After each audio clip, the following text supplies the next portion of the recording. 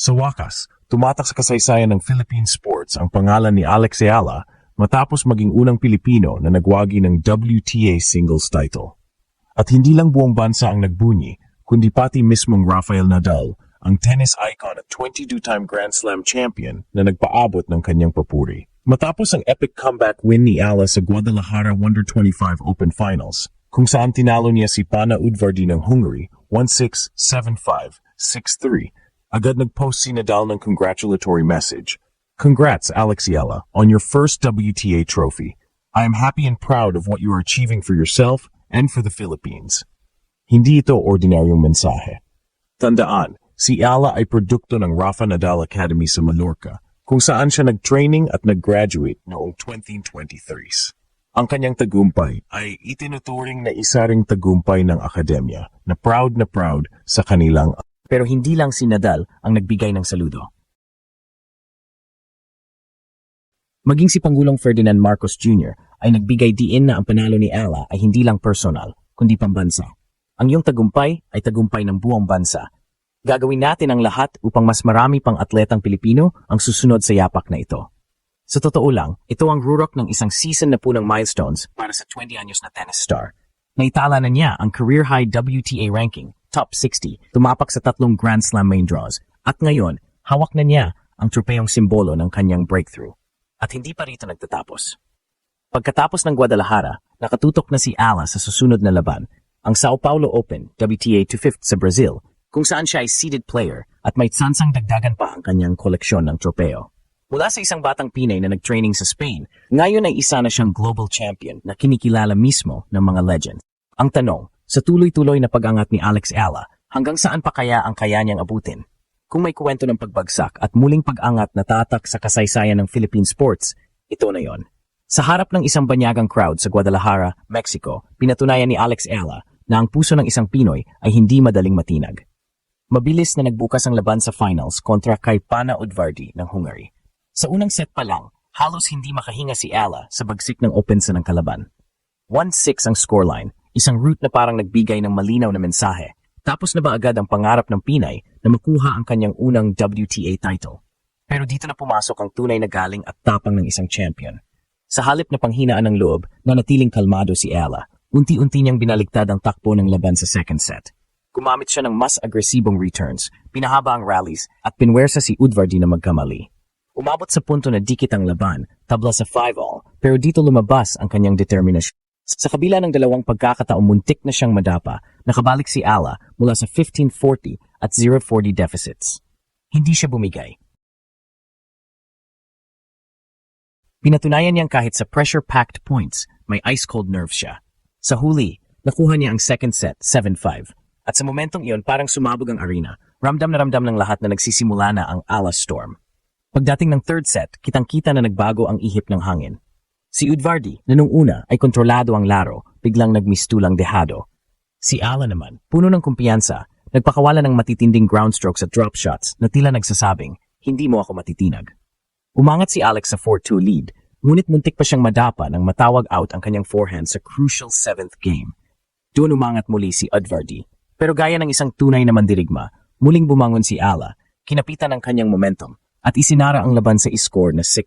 Sa loob ng mahigit 2 oras, ipinakita ni Alex Ayala ang lahat ng aspeto na hinahanap sa isang future superstar. Resilience, tactical adjustment, mental toughness, at higit sa lahat, pusong Pinoy. Hindi lang siya basta nanalo ng tropeo. Siya ay nag-ukit ng kasaysayan bilang unang Pilipino, babae man o lalaki, na nakakuha ng WTA singles title. At sa oras na itinaas niya ang tropeo sa ibabaw ng entablado, hindi lang Mexico ang saksi. Buong mundo ang ginulat niya, at bawat Pilipino, mula Maynila hanggang Mindanao, ay sabay-sabay na napasigaw. Sa wakas, champion na si Alex. Hindi lang Mexico ang tumayo at pumalakpak matapos ang historic win ni Alex Ayala sa Guadalajara 125 Open. Sa mismong oras na itinaas niya ang tropeo, dumating din ang pagbuhos ng suporta at papuri mula sa iba't ibang bahagi ng mundo, mula sa kanyang mentor na si Rafael Nadal hanggang sa mismong Malacanang. Unang nagingay sa social media ang Rafa Nadal Academy, kung saan lumaki at nahasa ang talento ni Alex. Sa kanilang opisyal na post, ibinahagi nila ang matinding pride para sa kanilang alumni. What a night in Guadalajara.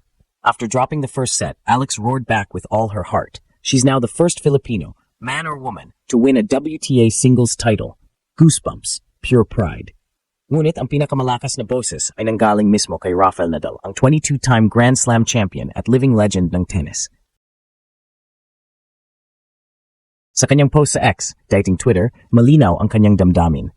Congrats, Alex Ayala, on your first WTA trophy. I am happy and proud of what you are achieving for yourself and for the Philippines. Isang simpleng mensahe, ngunit mabigat ang kahulugan.